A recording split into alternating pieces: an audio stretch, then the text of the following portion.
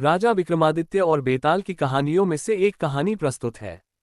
एक रात बेताल ने विक्रमादित्य से पूछा, महाराज मैं आपको एक पहेली सुनाता हूँ। विक्रमादित्य ने कहा, ठीक है, सुनाओ। बेताल ने कहानी शुरू की। एक राजा था जिसके 3 बेटे थे।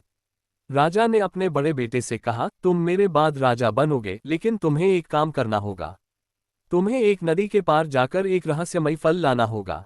बेटा नदी के किनारे पहुंचा, लेकिन नदी बहुत गहरी थी।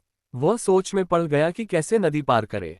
तभी एक साधु वहां आया और उसने कहा, मैं तुम्हें एक मंत्र देता हूं, इसे पढ़ने से तुम नदी पार कर लोगे। बेटे ने साधु से मंत्र लिया और नदी पार करके फल ले आया। राजा ने अपने दूसरे बेटे से कहा, तुम भी वही काम करो। दूसरा बेटा भी नदी के किनारे पहुंचा और साधु ने उसे भी वही मंत्र दिया। दूसरा बेटा भी नदी पार करके फल ले आया। राजा ने अपने तीसरे बेटे से कहा, तुम भी वही काम करो।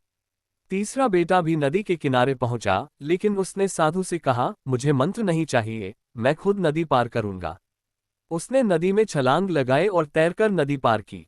वह फल ले आया। बेताल ने विक्रमादित्य से पूछा, महाराज आप बताएं, इन तीनों बेटों में से सबसे बुद्धिमान कौन था?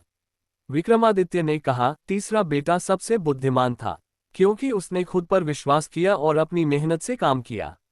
बेताल ने कहा, वाह महाराज, आप जीत गए। और बेताल उड़कर पेड़ पर जा बैठा।